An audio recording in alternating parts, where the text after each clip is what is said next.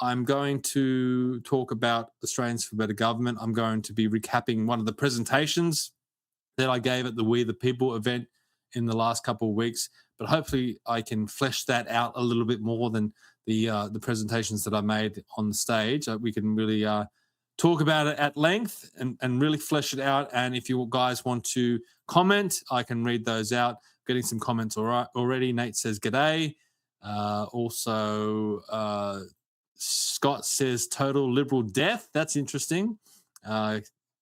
Courage is the Cure. Great podcast. If you want to check out Courage is the Cure, says greetings. David says Queensland Stafford election result, Labor won. That's no good. And also another comment. Thank you for your work, Steve. Thank you for everyone who is watching and for everything that you guys do. Now, what I want to talk about is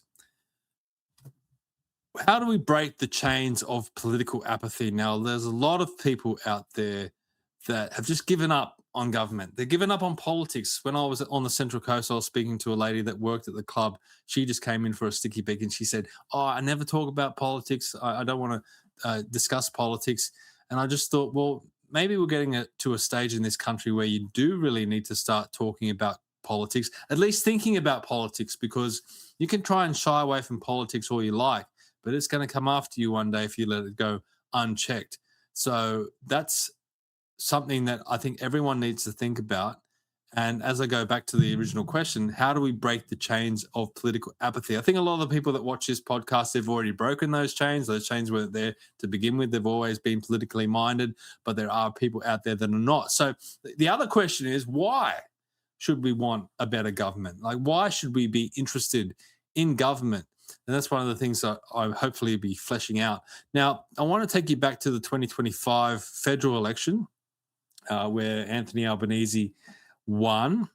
We're getting some other comments from Nate. Yes, the ALP won, but they lost 10% in their first preference. Well, I think the Labor Party is going to see a decline, just like the Liberals have seen. It's just that it's going to come a little bit later for the ALP. So I wouldn't be crowing if you're in Labor at the moment. So back to 2025 when they were crowing and they were celebrating a big result.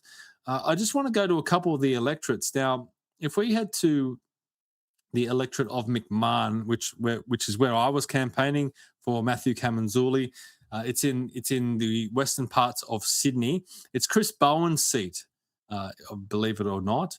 Now, what I want you to take notice of is the turnout figures here, 90.8% turnout. So that means about 10% of the electorate didn't even turn out to vote. So keep that in mind when I tell you that they also had an informal vote of 10.6%. So that's 20% of the electorate of McMahon, 1 in 5 voters who don't even cast a formal vote. Either they don't turn up or they cast an informal vote.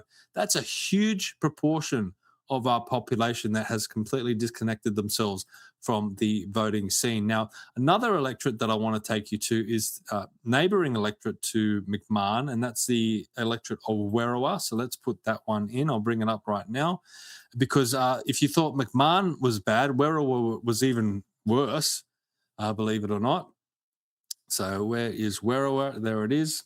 So if we check on the details for Werriwa, they had a little bit better, not much, 89.9% turnout. So again, 10% of the electorate is not turning up to vote. But the informal vote, 17.3%. That's over 25%, almost 30% of the people living in Werriwa did not cast a formal vote. Now, you might make the argument that it's a multicultural area. Maybe some people don't speak English as a first language. Maybe they don't understand the voting system. Maybe they don't care. Maybe they don't know how to vote. That's all possibilities, but that also goes into the argument. People need to be politically aware and they need to break the chains of apathy. So I'm going to go into the presentation that I did, and it's a combined presentation because I did have two uniquely distinctive speeches, one at the Central Coast, one in Cessnock. I've combined them a little bit. So first thing I want you to do is head to the Australians for Better Government website, and you can see all our proposals up there. And as I said, you can sign up to be a member as well, which I think is very important, because when we come to putting pressure on some of these politicians to start implementing some of our proposals, the biggest question they're going to have is, how many members do you have? So the more members that we have, the stronger that our movement will be. Now, why should we want a better government? I think it's a good question. Why? What is important about government that we should want? I think a lot of people out there, they want government out of their lives. They want to be left alone. They want to run their own lives. They want to be individuals. But to be able to do that, you need government out of your way. And for government to be out of the way, you need a good government, a government that's not going to impose themselves upon you, a government that keeps government small.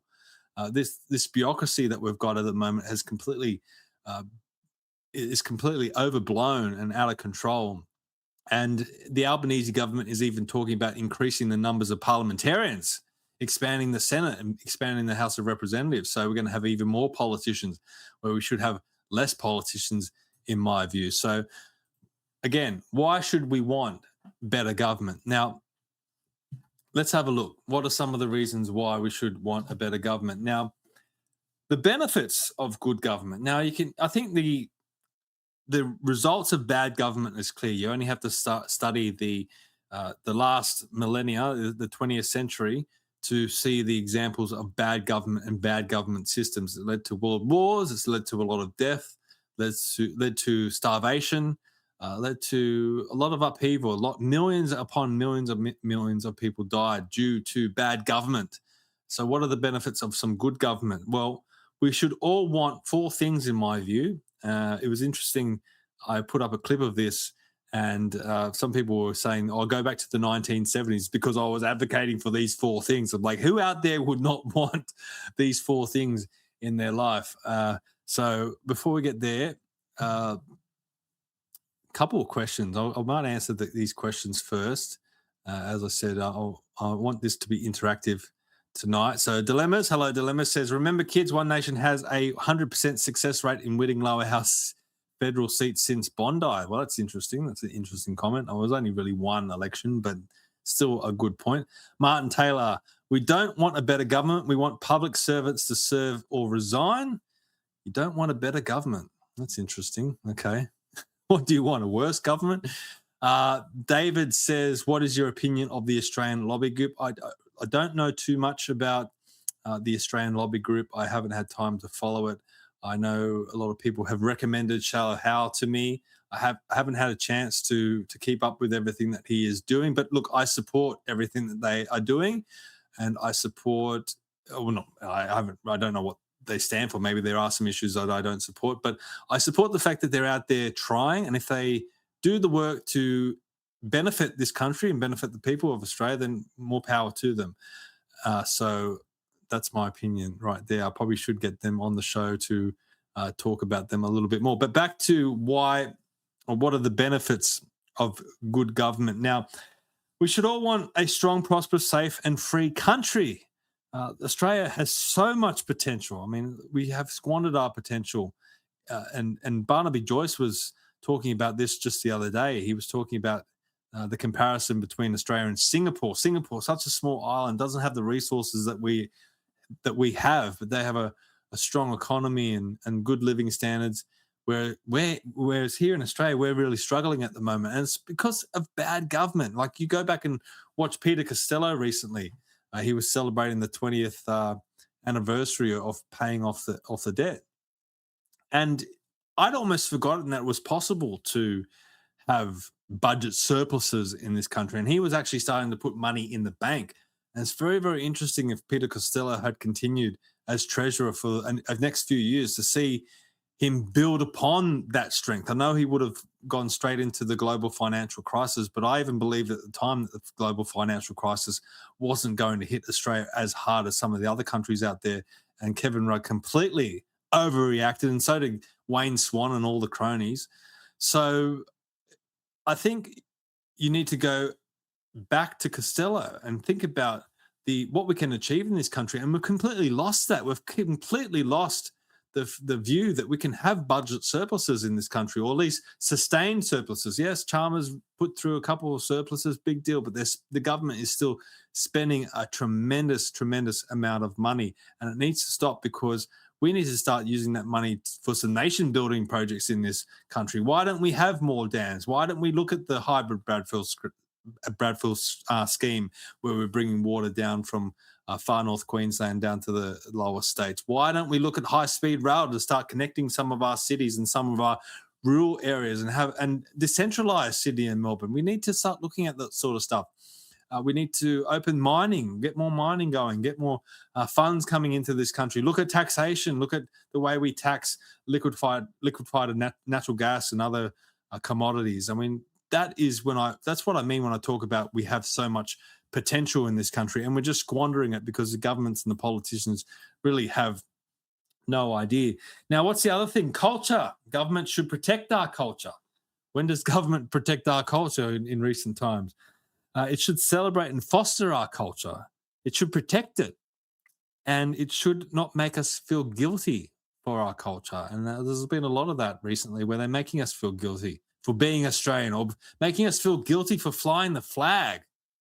I mean, what is that? Like, do we not support our country? Do we not support the achievements that we have made as a country? Do we not support the achievements that everyday Australians make every day when they get up at 5 a.m. to go to work? Some people travel long distances or spend a lot of hours away from home and spend a lot of hours away from family. That's all contributing to the nation, and we need to celebrate that. And that all goes to the flag. It's a symbol of Australia. It's a symbol of Australian people. We shouldn't be guilty of that. We shouldn't feel guilty of that. We should celebrate the great achievements that we have made as a country. A few more comments. Dilemma says we just need government out of our lives and out of our pockets. Yes, that is correct. Graham, hello, Graham. Barnaby made some good points. Yes, he definitely has a new lease on life since he has defected to One Nation. Dilemma says Singapore also actually enforce their laws, whether you agree with them or not. David says, to be fair, the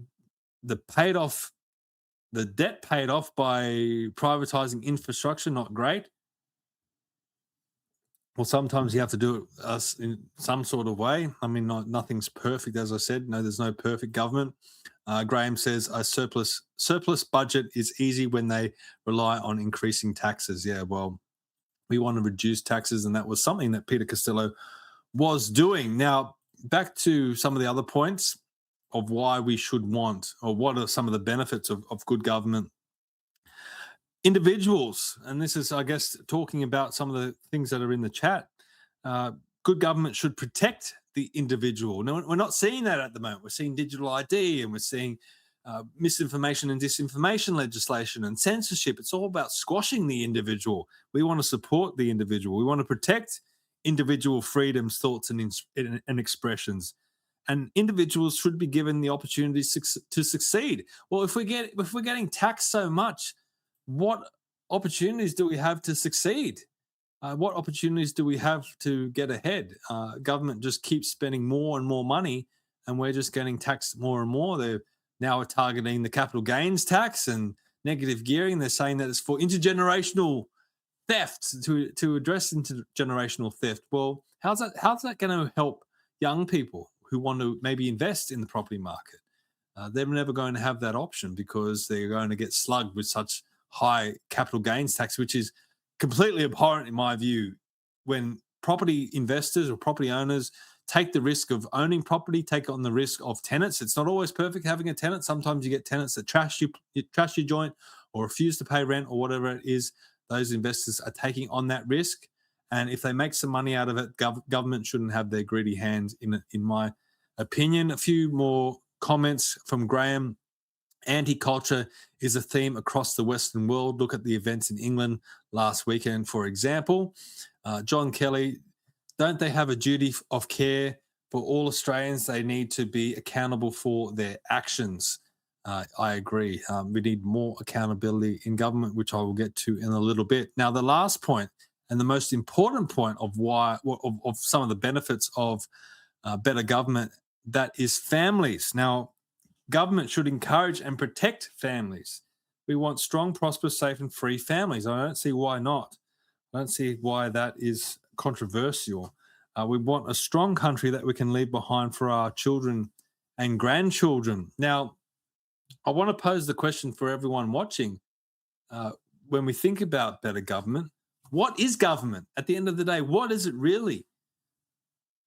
I want to just give you a couple of moments to think about that. because I don't think people ask this question enough. What is it?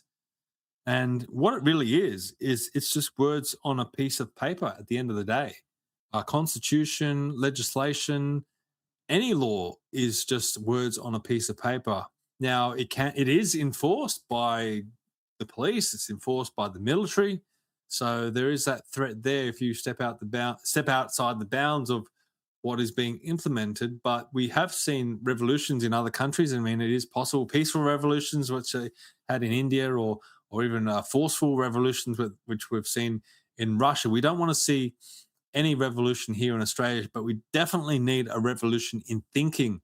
We need to start thinking about our government and our government structure and whether it's adequate and whether it's working for us. And we can change it. It is possible to change it, provided that we get enough support from people. So a few more more comments coming in. Scott says, "Don't forget they're spending our money completely retarded stuff." Robin says, independent Western Australia media, Max Freedom, spoke to the young people on the streets of Perth recently. The young people are aware they won't be able to buy a house. That's really terrifying, because imagine growing up in a country where you feel going to work or going to uni or studying or trying to advance yourself in life is not going to amount to anything because you're not even going to be able to afford to buy a home.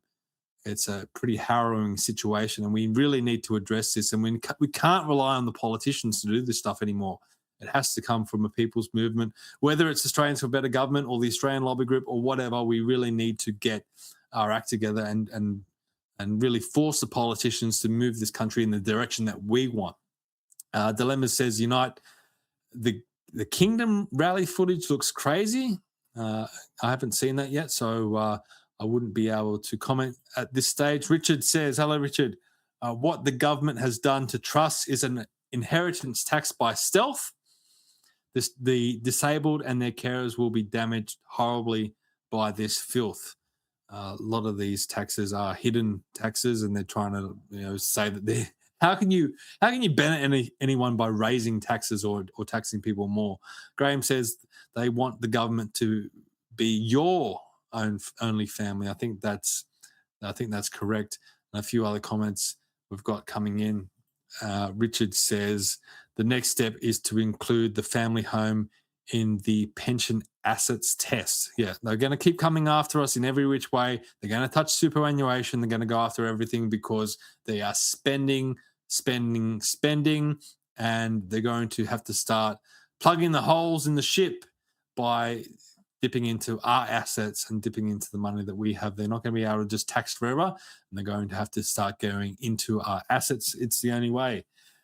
All right, so as we continue, we've talked about what is government, and hopefully you've answered all that in your mind. So the next part is, how do we empower voters?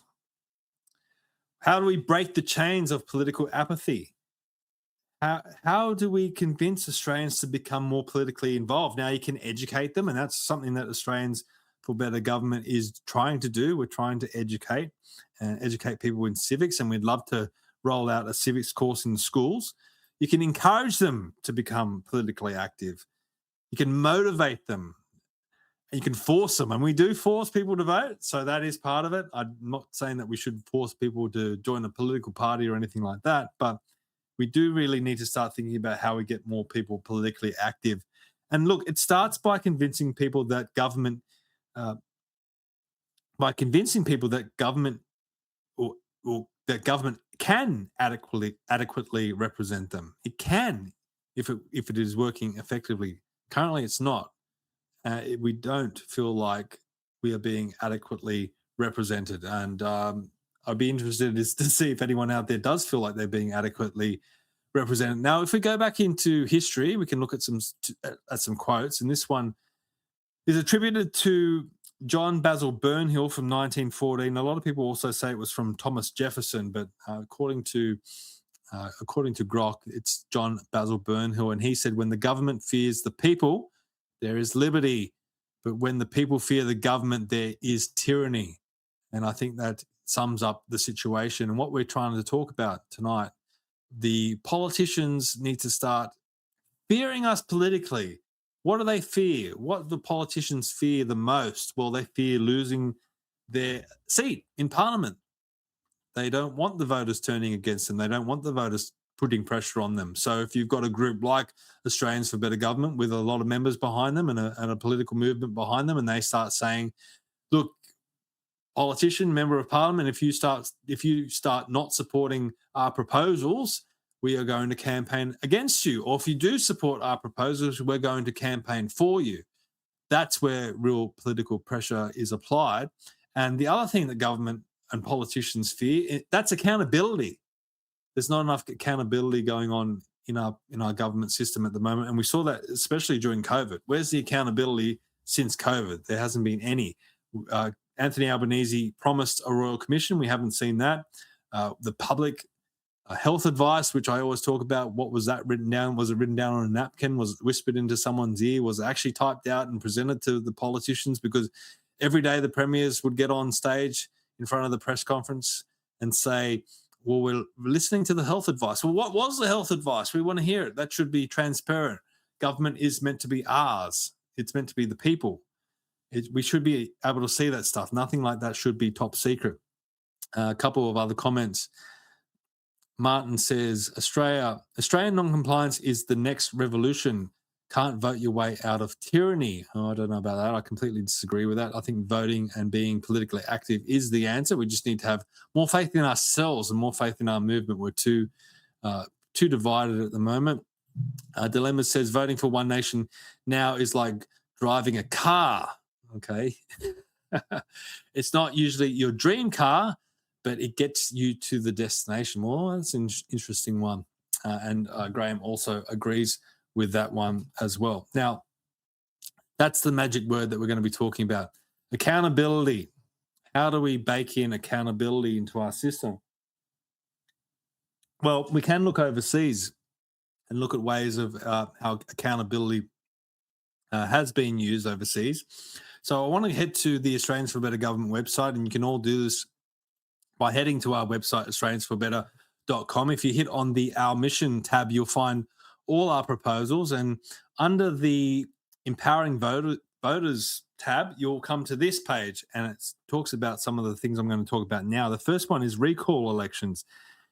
Now, let's say that we've got a prime minister who stands up before an election and says, there will be no carbon tax under the government I lead, and next minute you vote them in and she brings in a carbon tax. Or you have another prime minister who before an election campaigns against net zero, and then when he gets elected, he heads off overseas and comes back and says he wants to sign the Paris Agreement.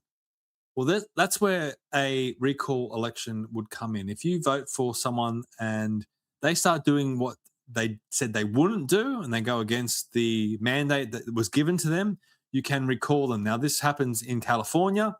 And as I said, no system is perfect, but it is a way of building accountability into our system. So recall elections are a method by which the electorate can vote to oust elected representatives before their terms have officially expired. In countries where they are implemented, recall elections are an attempt to curtail the influence of political parties on elected representatives. In essence, to ensure that elected officials are representing their constituents instead of abiding by the party machine that they're a part of. Recall elections are also a method of imposing accountability upon the electorate's elected representatives. So if you did have a government or even just a single parliamentarian that was suddenly going against everything that they said that they would, you could generate enough support, enough groundswell of everyday Australians to enact or trigger a recall election, and that would force an election. And then the people could have a say on whether that parliamentarian or whether that government as a whole continues. And I think that's a way of, as I said, accountability, building accountability into the system. How do we do that? Well, this is an option. And we can talk about this.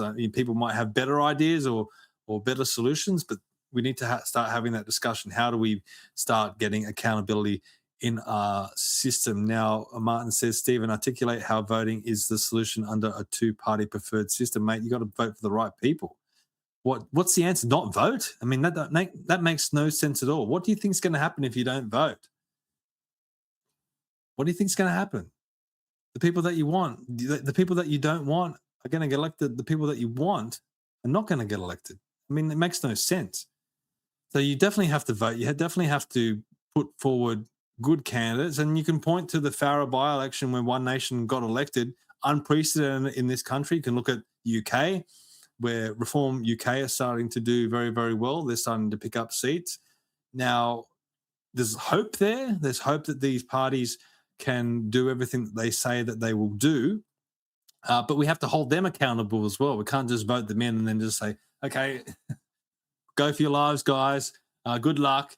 No, we have to hold their feet to the fire as well, because unfortunately, when these politicians get into parliament, they become corrupted by even just the very nature of being in parliament. They love being in there. They love all the attention upon them, and they love the lobbyists swirling all around them all day and taking them out to lunch and giving them little freebies and stuff like that. So we have to force them to remember that they're representing us, and that comes through accountability. And not voting is just, I mean, it's just makes no sense to me, absolutely at all. David says ScoMo and Barnaby really stuffed us on net zero. I think that's right. A couple other comments here. Nate says, I always laugh when people say they don't vote and then complain about the way the country is being run. Good point. I agree completely. Scott says the two-party preferred system is a lie that Liberal and Labor push. Look, mate, I disagree, because no system's perfect. And if you look at the UK, where they have first past the post, it gave them Keir Starmer. Now, that's because Reform UK were around, took a lot of the votes off the Conservative Party, but not enough votes to get elected. So it gave Labor a free path, and the Conservatives got smashed because their vote was completely splintered by Reform UK. Now, if you had a preferential voting system, that outcome wouldn't have been as much of a landslide as it was. Now, I think Labor still would have won, but it would have been a lot closer. So again, no system's perfect, but I don't think you can just point all your arrows at the preferential system. I do like optional preferential voting. I think that's probably the better system. That's the system that we have here in New South Wales. A lot of other states have that system as well. I think that's the optimal system. But again, no system is ever going to be perfect. David says, does the king have powers to dissolve government? Well, we saw that with Whitlam, where the government could not achieve supply, and the Governor General Kerr dissolved the Parliament. So under certain circumstances, yes, that the Governor General does have the power to dissolve government. And you can go back and watch the podcast that I did with Dr. Christopher Reynolds, where we really went into that in detail. A few other comments here. I won't be able to read these out because they look very, very long. Another comment, how do we move forward in organising a re-election? Well, we'd have to get recall elections put through first, and that's what we talk about at Australians for Better Government. If you support us by becoming a member and grow our movement, then the stronger that we will be to start putting pressure on the politicians to start implementing some of our proposals. Steven Tripp sitting here in his little room, being president of Australians for Better Government, is not going to be enough to do it on our own. We need people behind us, and we need the support of the Australian people. So we need you to start spreading the word, start talking about this stuff, start talking to your work colleagues, start talking to your friends and family about this sort of stuff, proposing these ideas to them, see how they react. They might not react well. They may need a little bit more convincing, but we need to start doing that. We need to start having the discussion about this sort of stuff. And that's how a groundswell movement starts, and that's how it evolves. Robin says accountability is key. I agree. It would seem that the voters are unable to demand accountability, especially with corporate media operating as they do. How do we push for accountability? Well, this was something that was getting discussed in American podcasts. Cenk Uygur actually was having a discussion with Sean Ryan recently on their podcast, on the Sean Ryan podcast. And Cenk Uygur was talking about how mainstream in America, mainstream media is basically dead.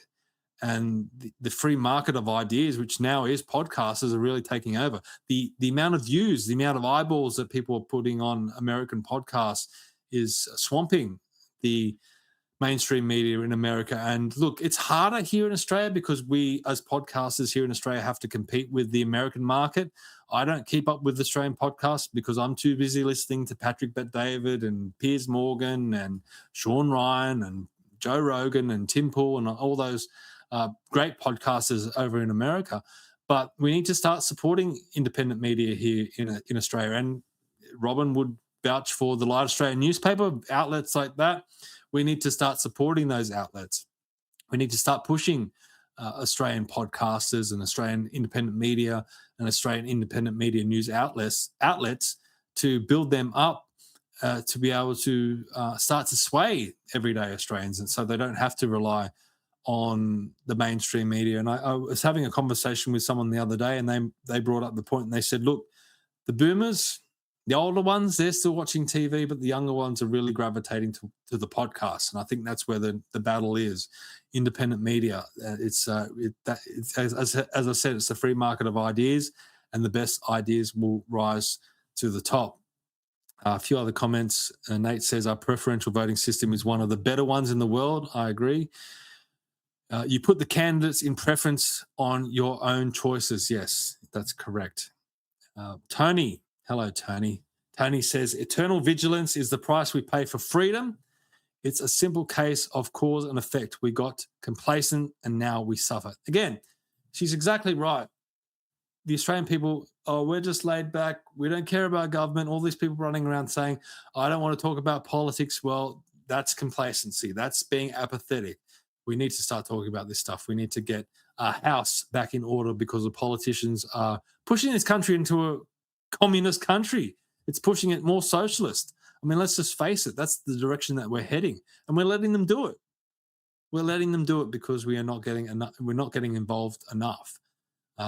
David says accountability comes from the party members.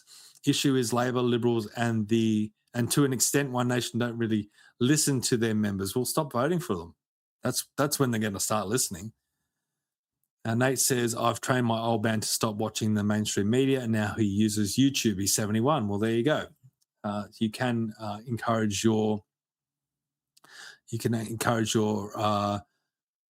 family even to move away from mainstream media. And Scott says, check out other fellow travelers stream of Consciousness Tuesday at 8 p.m. There you go. Another Australian podcast out there that you can follow and share and support as well. We encourage you all to celebrate and support independent media here in Australia, at least to check them out and see how they fare. Now, the next one I want to talk about is citizens-initiated referenda or binding plebiscites. Now, again, this is a way of giving more power back to the Australian voters so that we cannot be ignored. So, for example, a citizens-initiated referenda or blinding plebiscite are votes that cannot be ignored. They must be binding. Now, let's think about some of the things that we would like to push through under these circumstances. Firstly, citizens-initiated referenda aims to safeguard the rights of citizens and prevent the abuse of political power, giving the people the full control over their constitution. The people could drive any change that they feel needs to be made to the Constitution, eliminating the need to rely on politicians to initiate the change. And CIR would also exist in the states and apply to state constitutions. I think that's very important because in a big way, the state governments need more reform than the federal governments. State constitutions can be changed by legislation. So it's far more dangerous than the federal government. The federal constitution needs to go to a referendum just to change one word. But the state constitutions, as long as the parliamentarians have enough numbers in the House to change it, they can do it. And we saw that during COVID. We saw why they used the state premiers to push through a lot of this stuff because they could basically get away with whatever they wanted, really. So state politics is, in a lot of ways, we need to focus more on state politics than we do federal politics, especially the state constitution. So citizens-initiated referenda would apply to state government as well. The other part is binding plebiscites. Now, binding plebiscites would work in a very similar way to citizens-initiated referenda, but citizens-initiated referenda would apply to the Constitution, whereas binding plebiscites would apply to anything, any legislation. So, say for example, we wanted to enshrine free speech in this country. Now, Ralph Abet, to his credit, is trying to get that done in the Senate, but the other politicians, surprise, surprise, are not going along with him. And all he's trying to do is to have a referendum. So basically, put a vote to the Australian people on whether or not they want to enshrine free speech into our constitution, protect free speech in this country. Now, you would think that that's a no-brainer. You'd think that the politicians would say, okay, well, if the Australian people want it, let's give it to them. If they vote for it, give it to them. Well, they're blocking it. So citizens-initiated referenda could potentially unblock it. So if you got enough support of people saying that we do want to go to a referendum on enshrining free speech into the Constitution, that's when citizens-initiated referenda would kick in and we would go to a referendum without having to rely on the politicians for their approval. Now, that could extend to other freedoms as well. Maybe we want to enshrine trial by jury, or we want to enshrine other freedoms. That all comes into citizens-initiated referenda, and also, as I said, binding plebiscites would apply when it doesn't rely to the, or it doesn't involve the Constitution.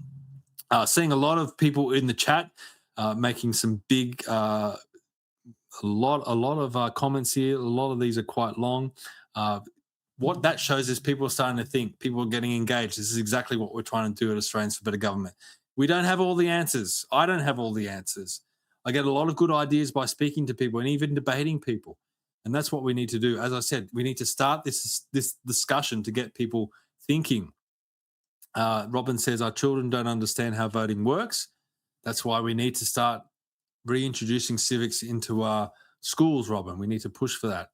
As many adults don't, especially regarding preferential voting. We need education. I completely agree. Martin says, so Stephen, if your party got a voice in Parliament, what is your first key point for changing the parliamentary process? Well, I think the answer to that is by heading to the Australians for Better Government, AustraliansForBetter.com, and seeing the proposals, because a lot of that I would want to implement.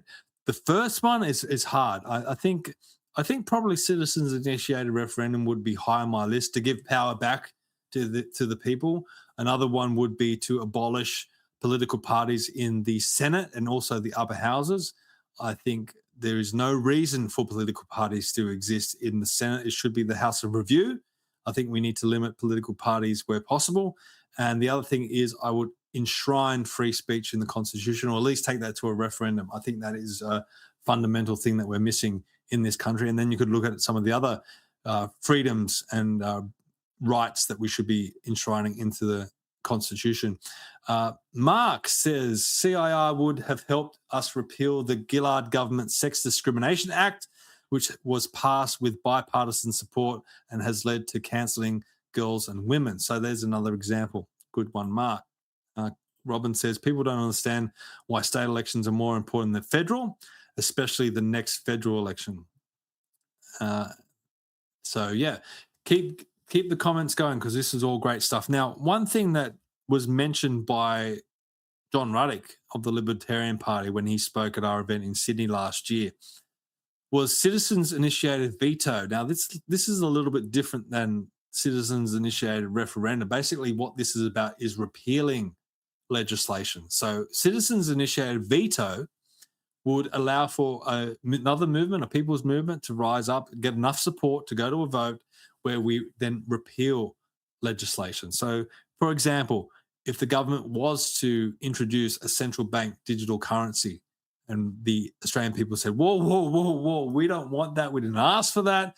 We don't want that at all. That's when citizens initiated veto would kick in. If that vote was successful, then that legislation would be vetoed and it would be struck out. Same thing for digital ID. If enough people said we don't want digital ID in this country, you could have citizens initiate a veto and that would be gone. If the disinformation legislation had passed, this is another example of something that we could repeal. The one thing I want to talk about is the Snowy Hydro 2. We're seeing it blow out I mean, it was predicted to be $2 billion by Malcolm Turnbull when it was announced. Now it's up to $42 billion. And people say, why don't they just cancel it? Well, they can't cancel it because it's a giant battery. And why do they need that? The whole net zero rollout relies on battery technology, and they don't have the battery technology, not enough adequate battery technology to facilitate the rollout of net zero. So they need to rely on the Snowy Hydro 2, which means they will never cancel the Snowy Hydro 2, despite the fact that the costs are blowing out further and further and further, and it's just snowballing. Who knows where we're going to get to? We're at $42 billion now. It could end up at any figure. So citizens-initiated veto would kick in then, and if enough people said, we need to get rid of the Snowy Hydro 2, that's where that would come in.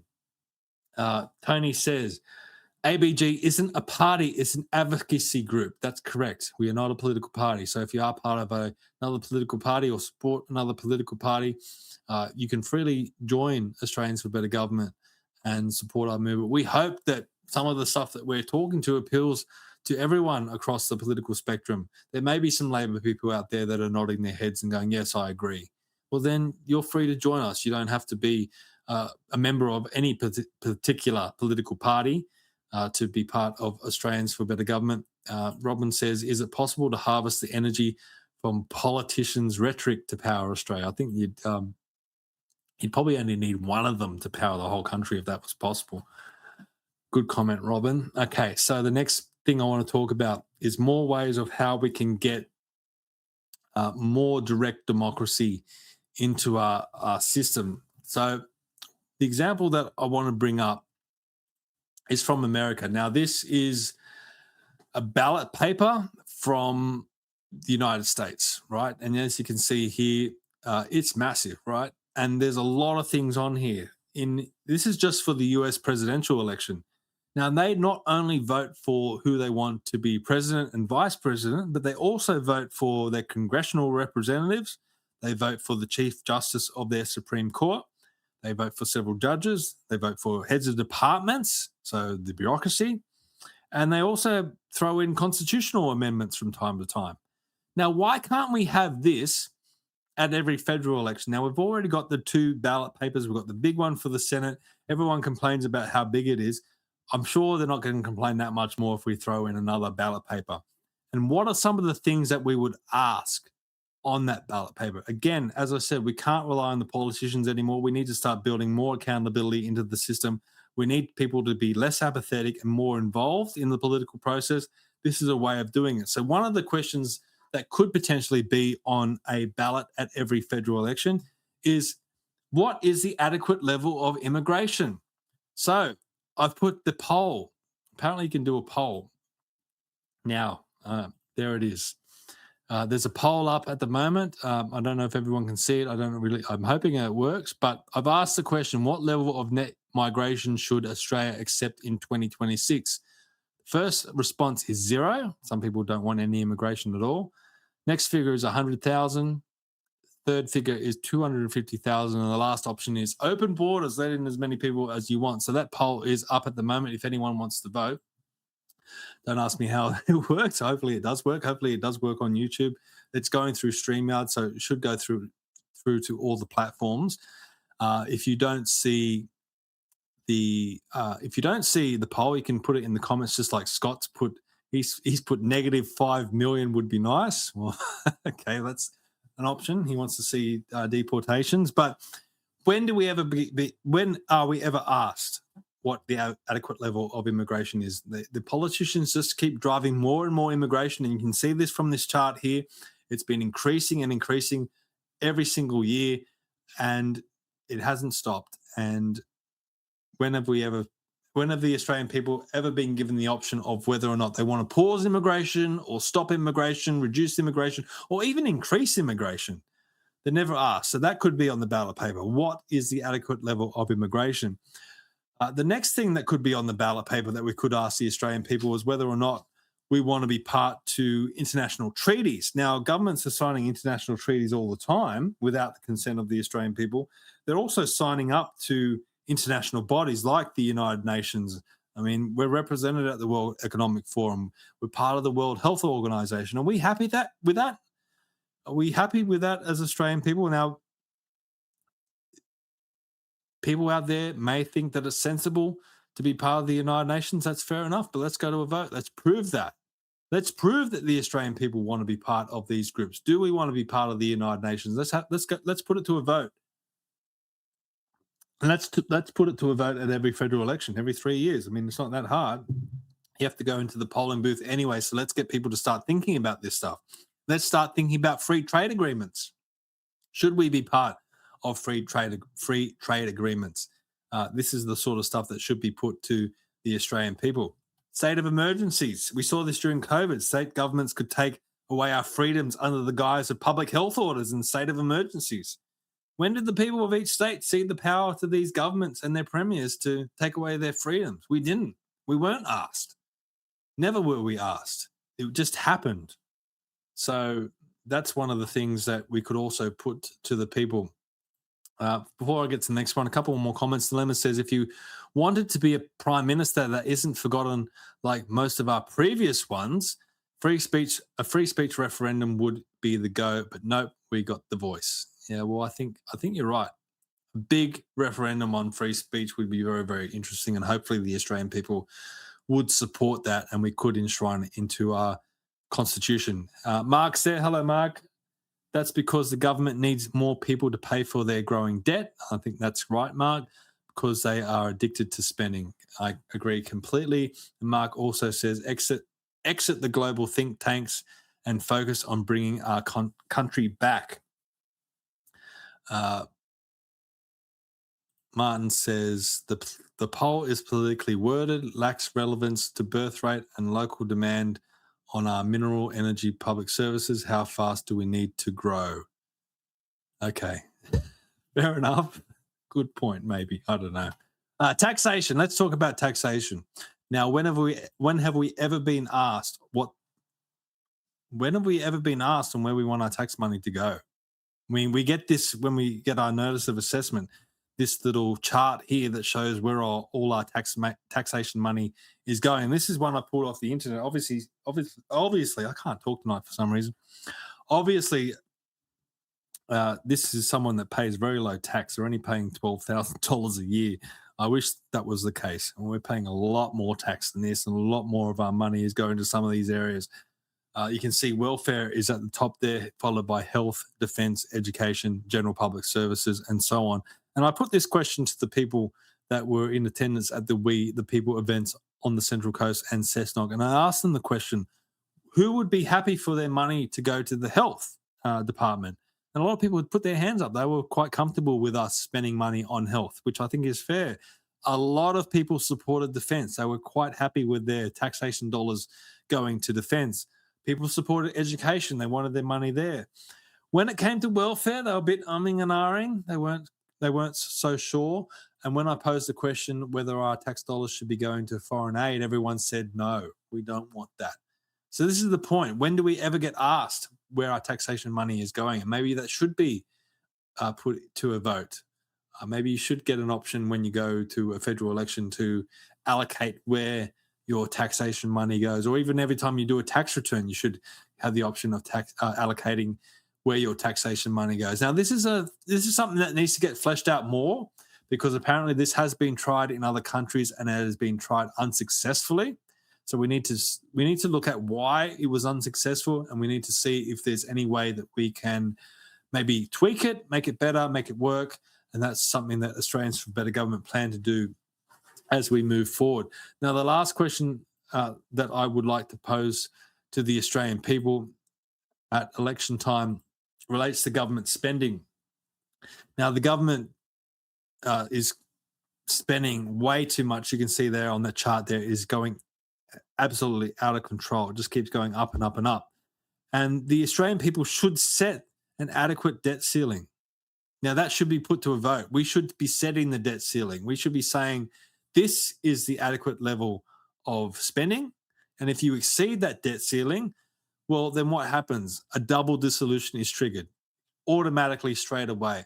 If that debt ceiling goes above what the Australian people set, bang, double dissolution. What does that do? That builds accountability into the system. Again, what do politicians fear? They fear losing their seat. So if they're going to start recklessly spending and disobey the directions of the Australian people when it comes to spending, then they would have to go to an election and defend the reasons why they were spending so much.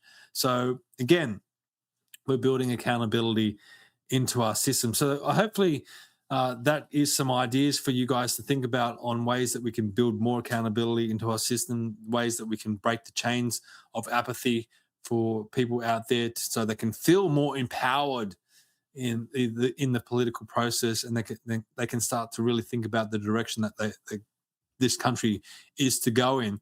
And again, I ask the original question that I always ask: what is government? What is it really? I mean, it is we the people. We set the direction of government. We have the power to influence the direction of our country. And if we don't believe that, then what are you going to do? Like, are you just going to give up? Are you going to just not vote? I mean, I don't see any sense in that. We need to start a people's movement where we start having these conversations and we start really putting pressure on the politicians to start implementing some of these things. And it won't happen without people power and a people's movement. And as they say, politics is downstream from culture. We need to change the culture in this country to start thinking about how we achieve better government. Now, see, if you support some of the things I've talked about tonight, please head to the website. There's more proposals up there. And also think about signing up to be a member, AustraliansForBetter.com. You'll find it all there on the website. Now, I do want to bring up a few other things while we've got time. Now, again, I'm going to ask this question. Do you feel represented? Are our elected representatives adequately representing your interests and the interests of the nation? I think it's quite clear at the moment, at least, it feels like they're not. Now, what is the solution? We need to improve the performance of government to deliver better outcomes for Australia's future, which is what we've been talking about.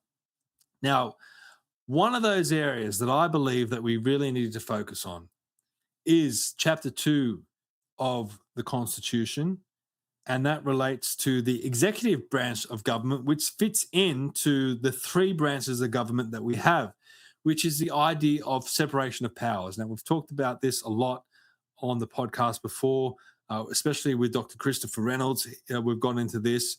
I'm going to repeat it again, so drum it into all of you. We should have three branches of government in this country that should be separated from each other and completely independent from each other. That is the definition of separation of powers, and it was how our Constitution was intended to be when it was first drafted by Andrew Inglis Clark. Now, the first branch is the Parliament. Now, we're told that we have a separation of powers between the House of Representatives and the Senate. Well, that, in fact, are two houses within the one branch of government, which is the legislature. Now, in the legislature, they have the power to make and change law. The next branch of government is the executive. That's where I'm going to be focusing on tonight.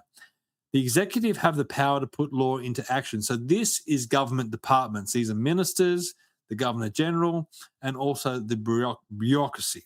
It's all under the executive branch of government. And the last branch of government is the judiciary, which has the power to make judgments on the law. So, as I said, all three branches should be separate from each other and completely independent, and currently they're not. Now, as I said, we're going to focus on Chapter 2, which relates to the executive branch of government. So, Section 61 talks about executive power. Now, the executive power of the Commonwealth is vested in the Queen and is exercisable by the Governor-General as the Queen's representative, and extends to the execution and maintenance of this Constitution and the laws of the Commonwealth. So what that is saying is the Governor-General should be the head of the executive branch. Doesn't say Prime Minister, doesn't say Speaker, doesn't say Minister, doesn't say anything other than Governor-General. Now, another thing I want to point out is that it mentions the Queen. Now, that relates to Queen Victoria, I hope I'm getting that right, who was the Queen at the time that the Constitution was written. And it says in the Constitution that that extends to her heirs as well. So even though it says Queen, what it really means is crown, and whoever is representing the crown at the time, which currently is King Charles. So we've made that point that the executive branch of government is meant to be run by the Governor General. Well, what do we have at the moment? We don't have a separation between those two branches, because here you've got Sam Mostyn, who is the Governor General, and Anthony Albanese, who is the Prime Minister. And the Prime Minister selects the Governor General. And the Governor General does everything that the Prime Minister and Cabinet advises her to do. So where is the true separation? I mean, the Governor General is meant to be running the executive branch of government, which is meant to be separate from the legislature, but the head of the legislature, which is the Prime Minister, is selecting the Governor General and then telling the Governor General what to do. How is that a separation? There is no separation, because effectively the Prime Minister is running both branches of government. So there is no true separation of power. Now, what Australians for Better Government is saying, we should be electing the Governor General. The Australian people should be electing the Governor General, and then the Governor General should head the executive branch of government, because then you would have two separate branches of government, and you would have hopefully more accountability, because then those branches could almost sometimes work in conflict with each other, or apply pressure on each other, or hold each other to account.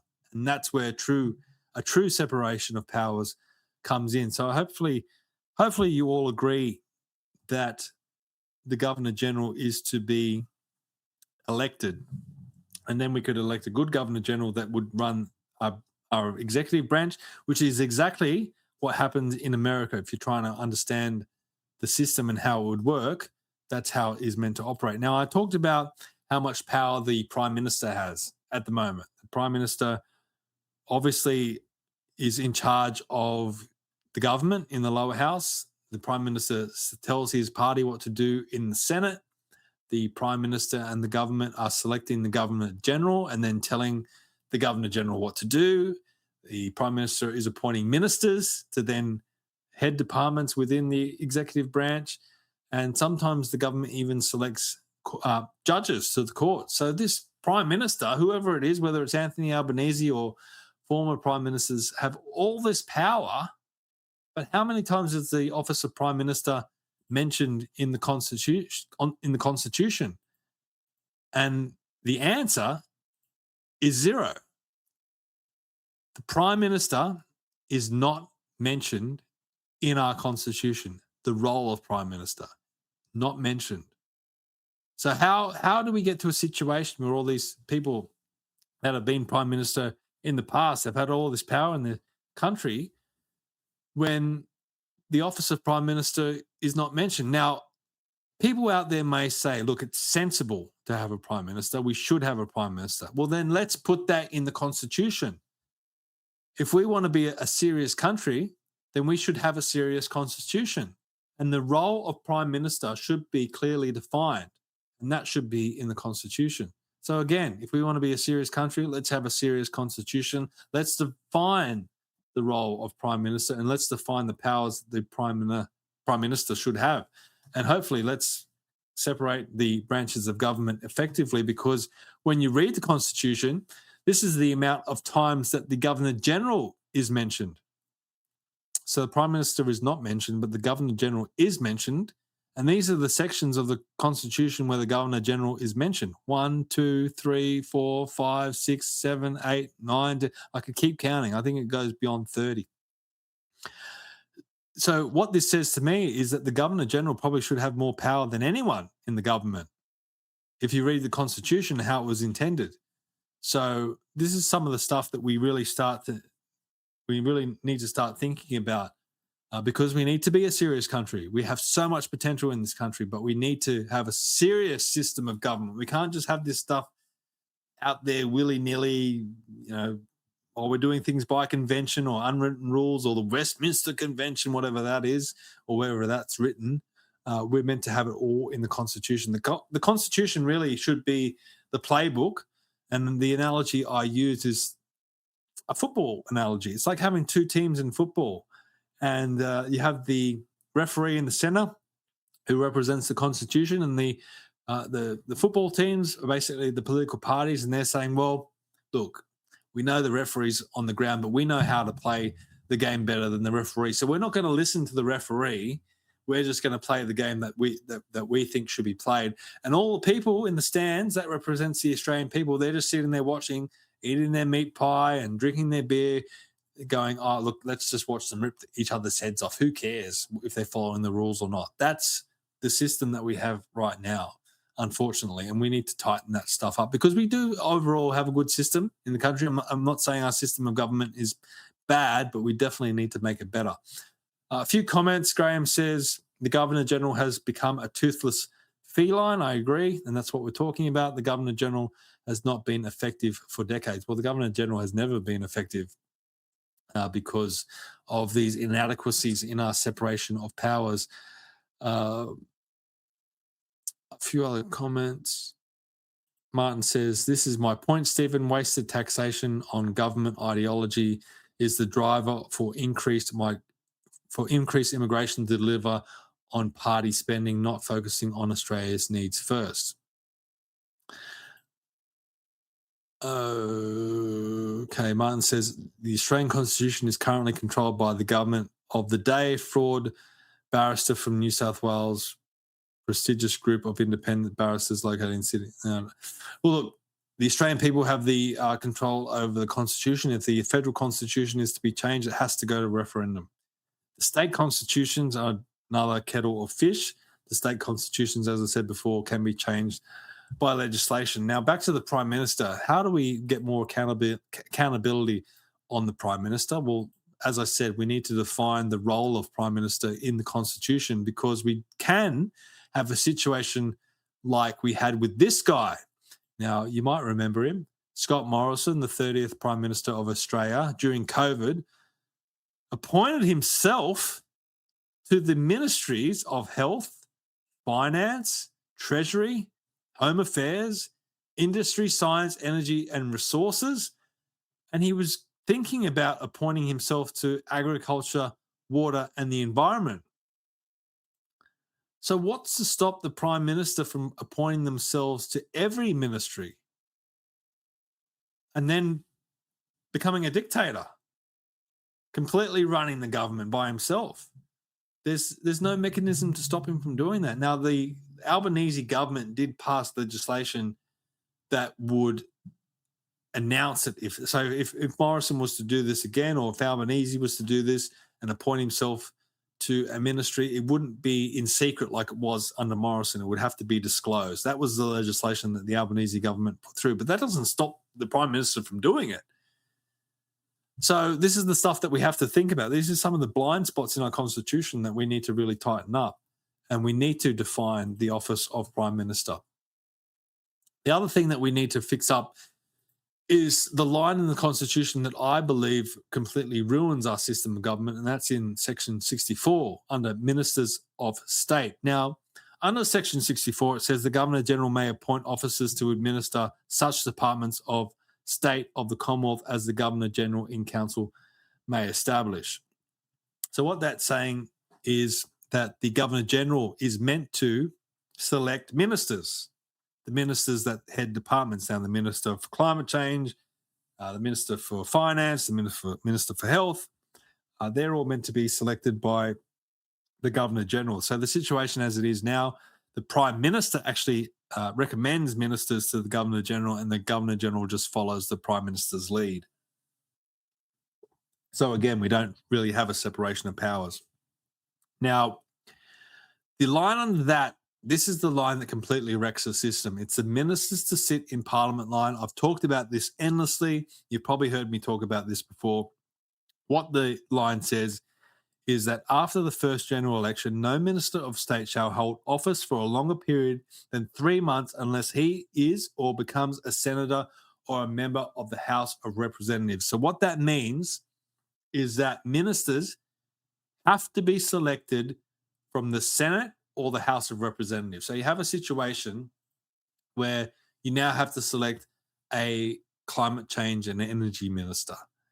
And instead of going into the energy sector and selecting someone with industry experience and someone that actually knows how to operate an energy system that is adequate, the Governor General can't do that anymore. He has to look to the Parliament and pick out the suboptimal lot of union hacks and former political staffers that mostly make up our Parliament. That's a terrible situation in this country. And it doesn't allow us to go into industry, into sectors where they may have real life experience in some of these departments, and select people that are adequate in running those departments, or would be adequate in running those departments effectively. Now, let's look at that in more detail. Let's give it a real life example. And the one that I always talk about is the Minister for Defence, which currently is Richard Marles, who is also the Deputy Prime Minister. Now, this is the bio that is on his Minister for Defence website. So this is what they actually talk about. They talk about how he grew up in Geelong. They talk about how he's had all these other ministries in the past. So he's been Minister of Trade, Minister of Employment, Foreign Affairs, all these different things. I don't know how he's meant to have all this experience in all these different departments, but that's the system that we have. Down the bottom, it says that Richard Marles is a Geelong cat supporter, a golf fanatic, a keen photographer, and a snow dome collector. So we always laugh at this. I mean, I have nothing against people collecting snow domes. I collect a lot of stupid stuff as well. But does that make me an adequate defence minister? No, I shouldn't be Minister of Defence. I haven't been in the military. I don't know the first thing about running a military. Richard Marles knows about snow domes, but unfortunately, there's no snow dome minister. And unfortunately, he's Minister for Defence. John Ruddick said he probably doesn't even know how to fire a gun. Now, this is what his Minister of Defence website or Department of Defence website doesn't tell you. Now, this is his real bio, and it's all about his union involvement. So he joined the Melbourne University Labor Club in his first week at university. So straight off the bat, bang, he's in the union system. Straight first week at university, he's like, I'm straight away into the union movement. Served as president of the Melbourne University Student Union in 1988. He was the General Secretary of the National Union for Students in 1989. He started his career, so he's working in the real world, but as a solicitor with Melbourne Industrial Law Firm, I don't know why I can't talk, law firm Slater and Gordon. So, yes, he's working as a solicitor, but he's working within the industrial union movement. In 1994, he became legal officer for the Transport Workers Union and was elected then National Assistant Secretary 4 years later. In 2000, he joined Australia's peak national union body, the Australian Council of Trade Unions, as Assistant Secretary, remaining in that position until he was elected in 2007. So he has been in the union movement since the late 1980s up until the time that he entered Parliament. What does he know about defence? He should be the Minister for Unions, not that we have one, but that's where his experience has been. So he's completely inadequate, in my opinion, to be Minister for Defence. Now, what could an option be if we went into the real world and all the broad Australian population and selected a minister based on military experience? Well, you could have someone with the caliber of Peter Cosgrove, General Peter Cosgrove, born in Sydney in 1947 as the son of a soldier. So bang, straight away, born into a military family. Graduated from the military college in Duntroon, fought in Vietnam, commanded a rifle platoon. So he knows how to fire a gun. We know that. That's one tick. He was awarded the Military Cross in 1971. He was the commander of Interfet. He was a lieutenant general. He was then a general later on. And he was chief of the Defence Force from 2002 to 2005. So this guy, Peter Cosgrove, a little bit older, probably a lot older, probably not up to being a minister, but this is an example of someone that could be a minister. Now, there might be younger people out there that could fill that role that are in the military, that could be defence minister, that could have real-life military experience and understand the what's needed to run the Department of Defense. This is the type of caliber we could have in our ministry if we were to delete that minister to sit in Parliament line in our constitution. So I'm going to pose the question to all of you watching and listening. Who do you think would be the better Minister for Defence, Richard Marles or General Peter Cosgrove? I think it should be up to the Australian people on what that option should be, and I hope that people would select the real world industry experience over than the politicians any day of the week. So what we would do at Australians for Better Government is that we would push for a referendum that would then delete that ministers to sit in Parliament line in the Constitution, that would then allow the Governor-General to go out into the real world and find a minister to fill that ministry, whether it be the Minister for Defence or Minister for Health or Minister for Education, based on their industry experience. So that's an example. Or for people out there who think Jared Rennick would be a great treasurer, then they could select Jared Rennick without him actually having to be in Parliament at the time. So that's what deleting that line out of the Constitution would do. So more comments coming in. Let's have a look. Innocent Bystander says, remember Gough Whitlam, Parliament of Two? That is correct. When Gough Whitlam was elected, he and another person appointed themselves for a period of time to all the ministries in Parliament. Scott says, I vote for Alex Antic for Supreme Leader of the People's Republic of Australia. Okay, fair enough. I would like to see Alex Antic have a little bit more ambition. Every time you ask him whether he should be Prime Minister one day, he shies away from it. Innocent Bystander says government wants and desires a republic. Just let that sink in. Scott says he was called the submarine at uni, always going down and full of seaman. Oh, okay, shouldn't have read that one out. That's the danger of being live. Graham says, when a clock collector can be treasurer, then go on to me PM, then anything is possible.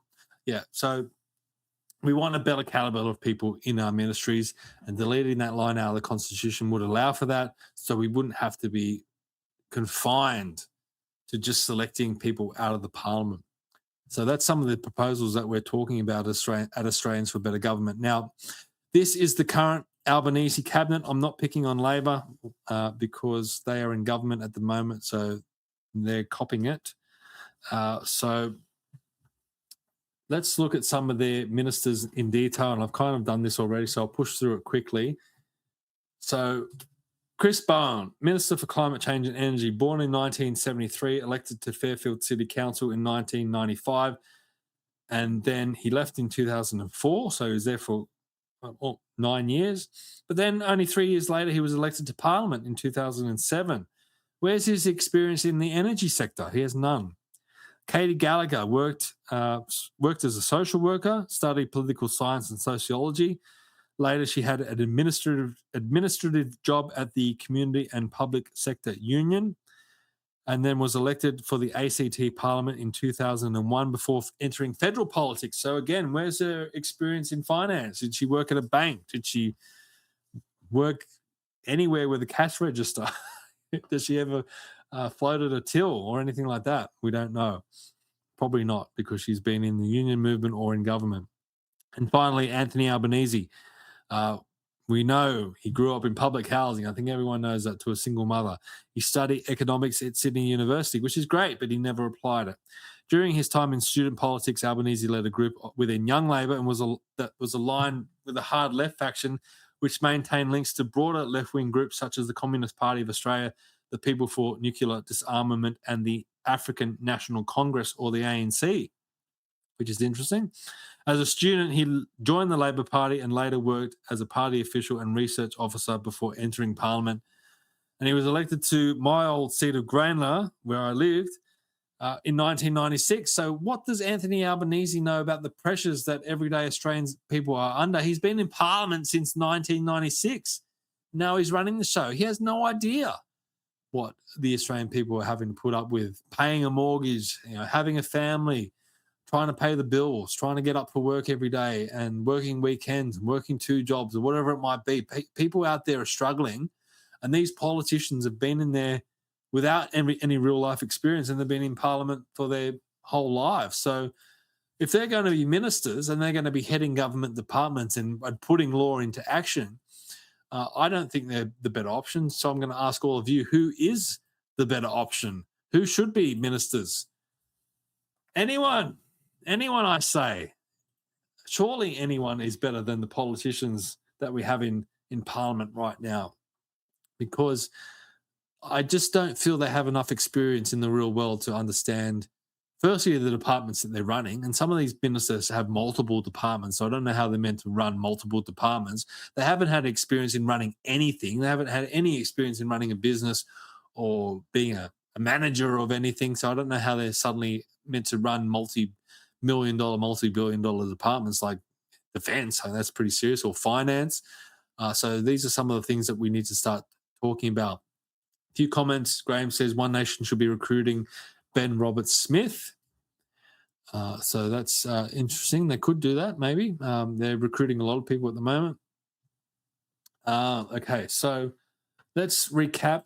We're getting to the end now. Thank you for everyone for sticking with us. Hopefully this has been thought-provoking for all of you, and you started having some thoughts and coming to your own conclusions and ideas about some of the things of how we improve our system of government. We can't just rely on Australians for better government. We definitely can't rely on the politicians. We need everyday people like yourselves to come up with some of these proposals. So firstly, as I said, we want to elect the Governor-General.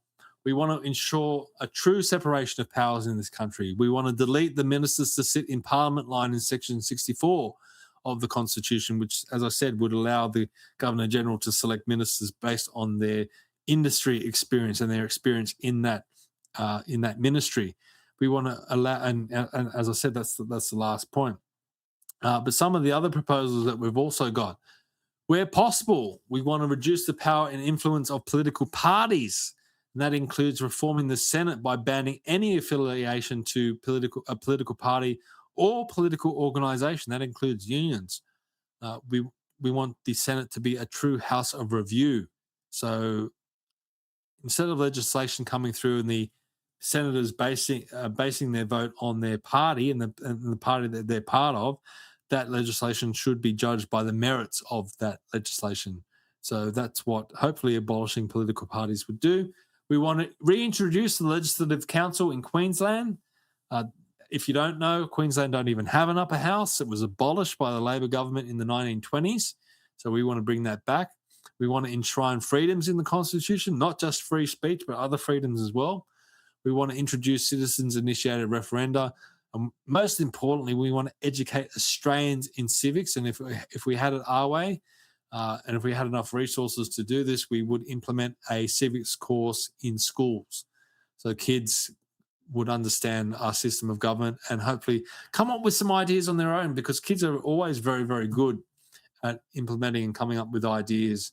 And they do surprise us adults sometimes in some of the genius ways that they solve problems. So finally, I want to ask this question to you all once more.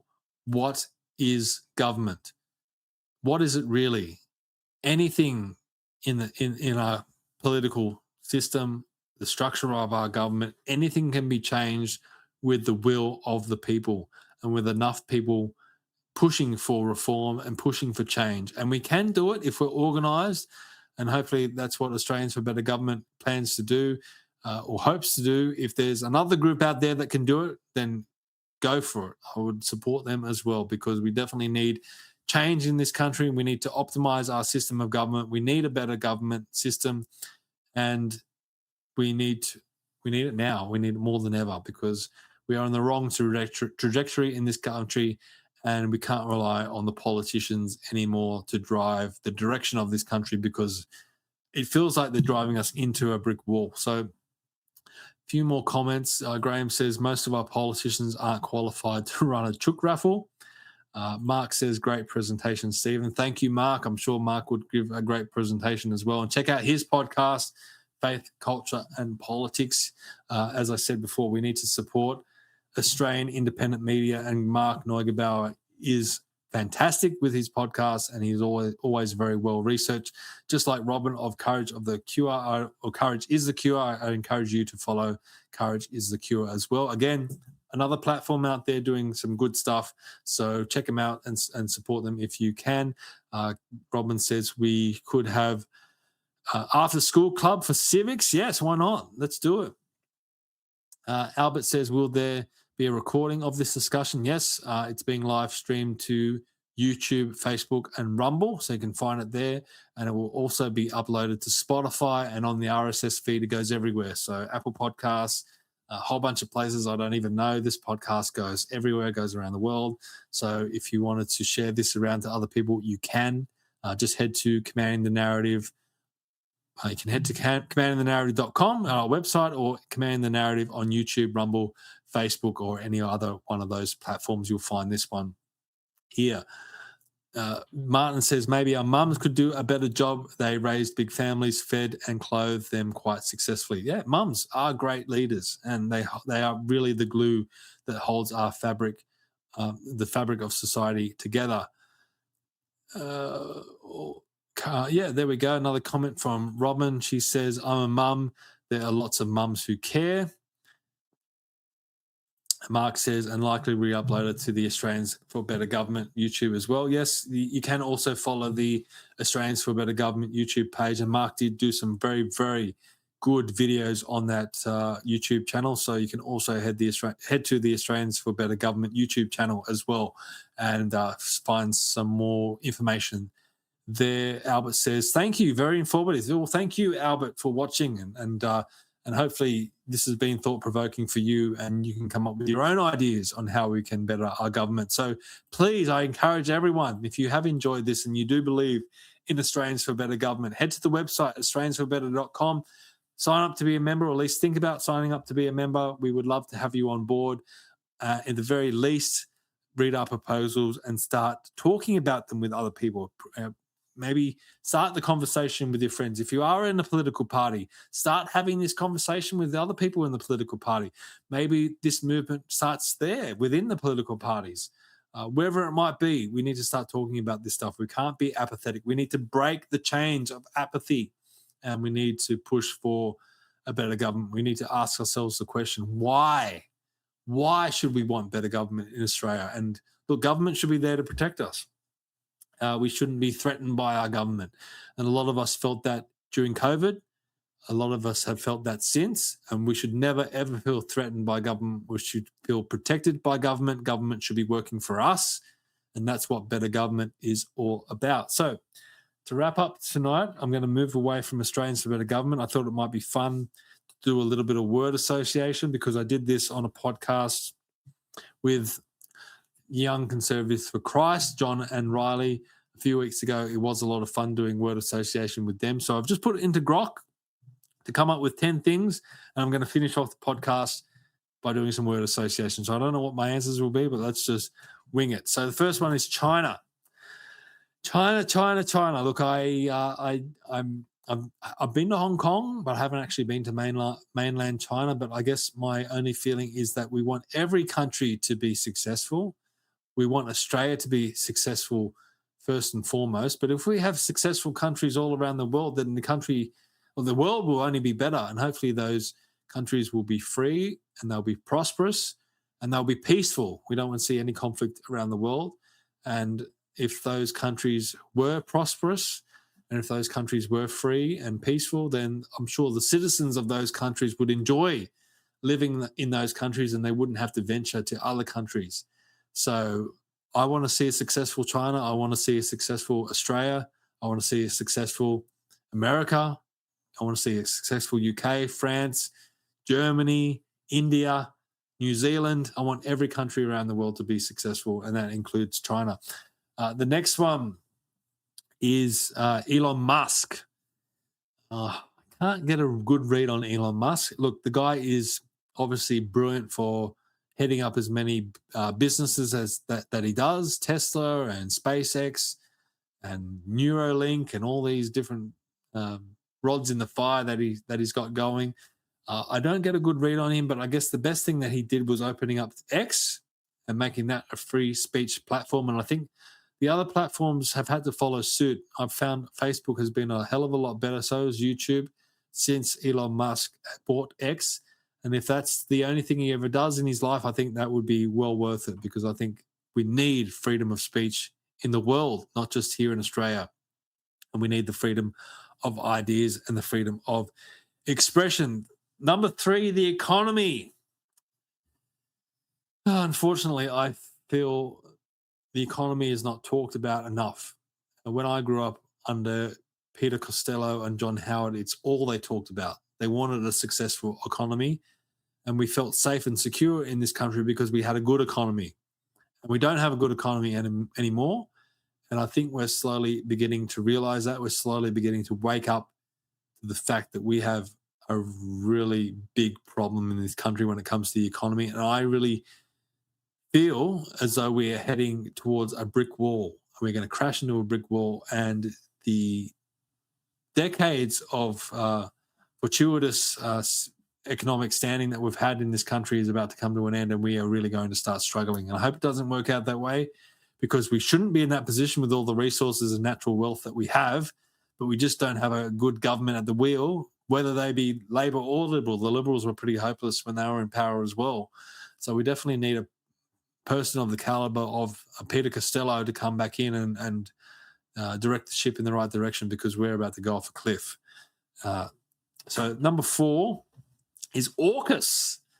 Again, it hasn't been talked about all that much, about the nuclear submarines. Look, I feel that the nuclear submarine technology that we're working towards may be obsolete by the time that we get it, if we ever do get it by next decade.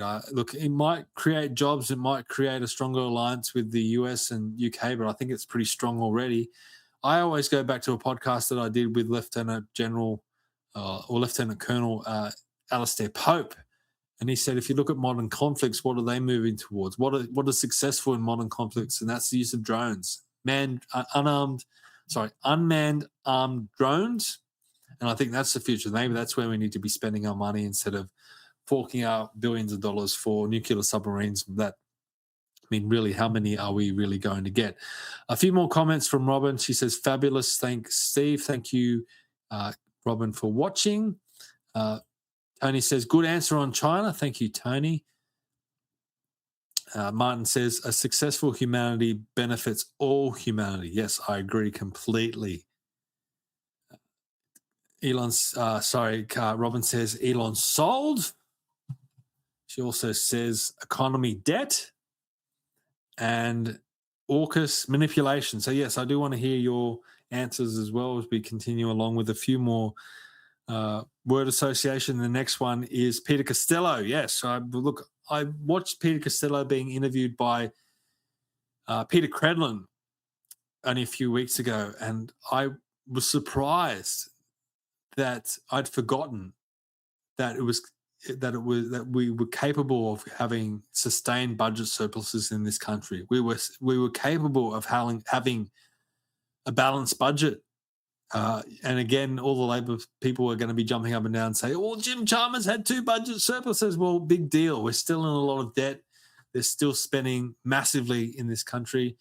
And Peter Costello had the country heading in the right direction economically. You can attack him on other things possibly, but as a treasurer, he wasn't as bombastic as Paul Keating, but he did the job, and he did the job well, and he set us up.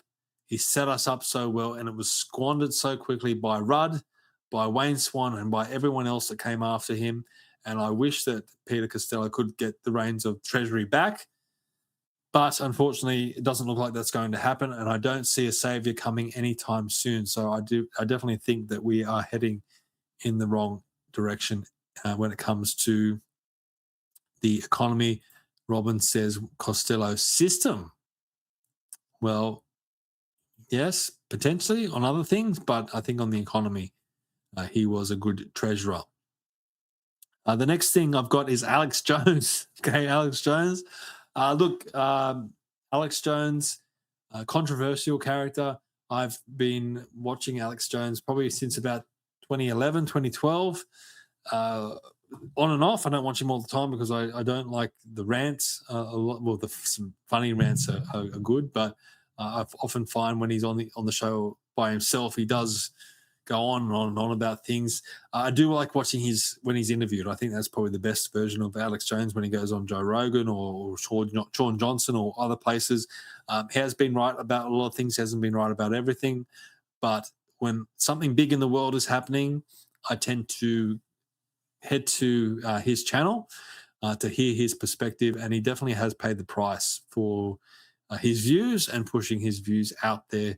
He's lost his whole branding of InfoWars. He's carrying on, good on him, but it goes to show that freedom of speech is definitely under attack in the world, not just here in Australia. So he's definitely an interesting character, and I'm definitely not opposed to listening to Alex Jones. Okay, number 7. I've only got 10 here, so 4 to go. Gina Reinhart. Look, I don't know too much about Gina. I know Tony, who supposedly is a very good friend of Gina's. But it appears that Gina Reinhart is heavily behind One Nation now. Now, I don't know if that's ultimately going to be a good thing or a bad thing. I saw today that Tina McQueen from the Liberal Party and also Holly Hughes have defected to One Nation. Now, Tina McQueen is almost like the right-hand woman of Gina Reinhart, so no surprises there.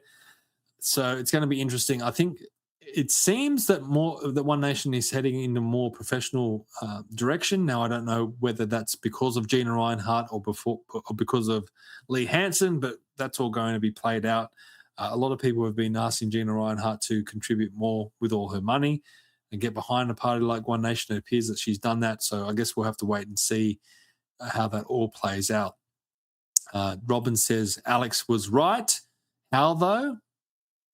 Well, he thinks he's getting telepathy or some sort of dreams or whatever it is. That's his answer, but who knows? Who knows where he gets this stuff? And Robin says, Gina, the plane. That's her answer. So, yeah, that plane was a bit off-putting, I felt. The fact that Pauline was out there celebrating, oh, look, I've got a new plane, while a lot of our Australians out there are struggling to pay the rent or the electricity bill or whatever it might be. But if it means that Pauline Hanson is going to be able to get to more locations and build up more support for One Nation, well, maybe it's a good thing. Who knows? We'll see how that all plays out. Number 8, this is another interesting one that Grok threw at me. David Icke. Look, interesting character again. Not someone that I follow. I have looked at his stuff in the past. One of the things that stands out to me is when he said that the moon is hollow, that NASA was bombing the moon. It was humming like a tuning fork, and he was saying that it's too artificial to be natural, and that it's controlling us through water and through the tides. I mean, humans are supposedly 80% water. Look, I don't know about any of this stuff. This is one of the things that David Icke was talking about. Definitely an interesting character. I wouldn't take everything he says as gospel, but definitely thought-provoking, and I think we need more thought-provoking people in the world. And if you choose to follow him, go for it. If you choose not to follow him, that's your right, and I think that's how it should be with everyone. Number 9, Clive Palmer. I haven't really followed Clive. I really hope Clive gets out of the way because I don't really understand what Clive is hoping to achieve. I really don't understand the parody of Patriots or the trumpet of Patriots. I call them the parody of Patriots because it was just a joke.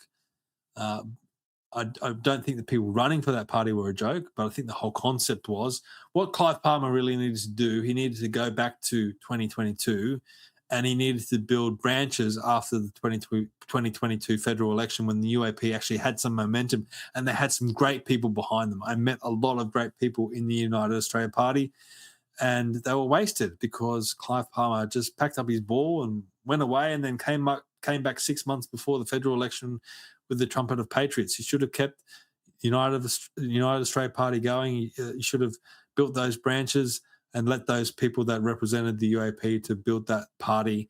And I think they would have built something important, a good movement in this country. They should have at least been given the opportunity to do so. So that's my opinion of Clive Palmer. And last one, Tony Abbott. Again, someone I've never really been that impressed by. A lot of people point to Tony Abbott and say, he's the hope of the side, blah, blah, blah. I think he was a pretty suboptimal, mediocre prime minister. I didn't really, he wasn't there a long time, but he never really filled me with that much confidence. What Tony Abbott was for me was Tony Abbott was a good middle of the road minister, health minister, whatever it might be.